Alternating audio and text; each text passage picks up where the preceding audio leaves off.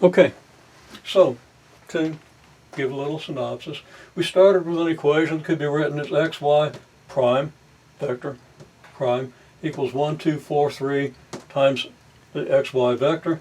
We assume that the xy vector is some constant column matrix multiplied by e to the lambda t. We do a little bit of arithmetic, and we come to the conclusion that 1 minus lambda, this matrix, times k1, k2 equals 0, and we're into the eigenvalue situation. And this can only be true if the determinant of this matrix is 0. Okay. It can be true no matter what the determinant of the matrix is, but if the matrix has non-zero determinant, it follows that k1, k2 has to be 0, because multiplying both sides by the inverse of the matrix would give us k1, k2 equals 0. So determinant of the matrix has to be 0, and setting the determinant equal to 0, we get lambda equals 5, or lambda equals -1. And then,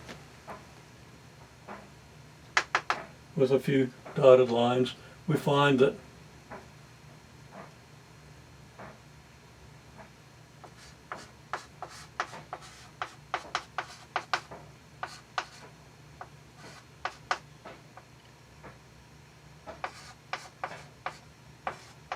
k2 equals 2k1, so that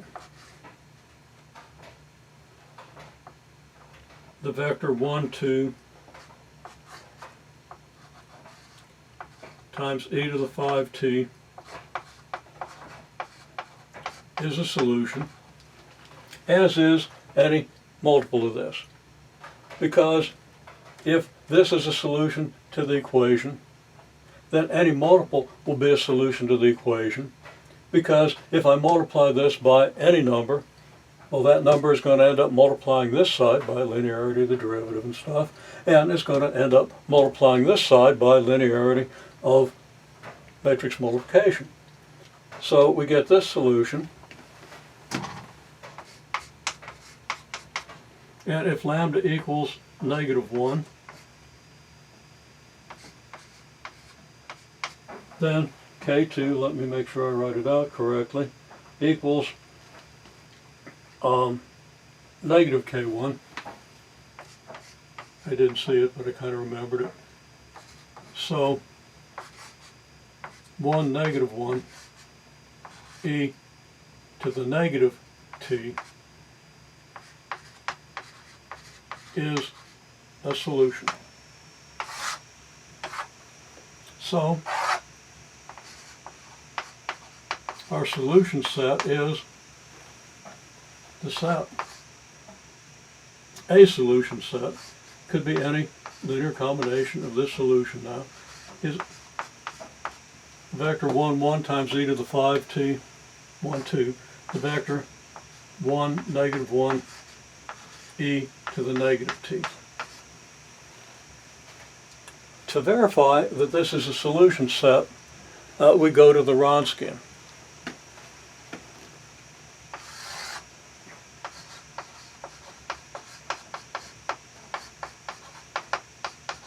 And I'm going to say we're verifying now linear independence of these two solutions.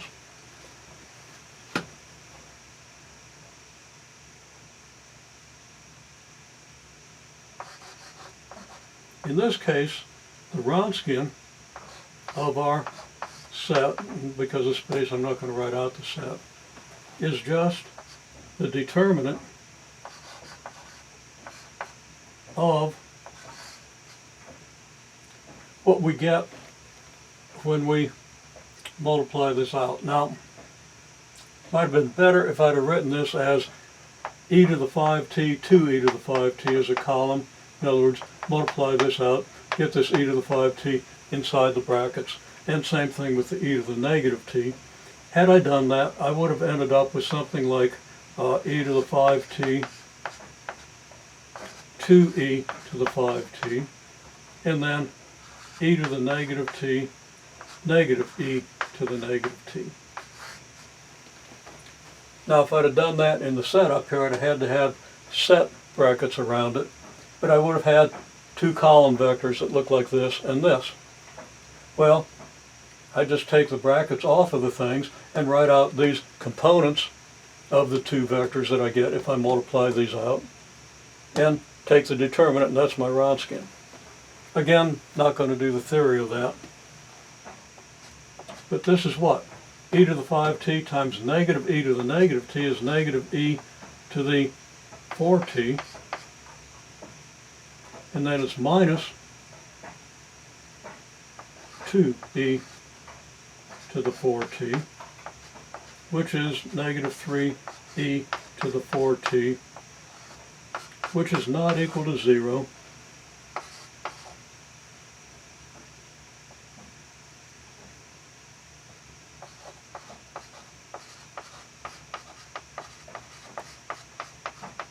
So this gives us a valid solution set.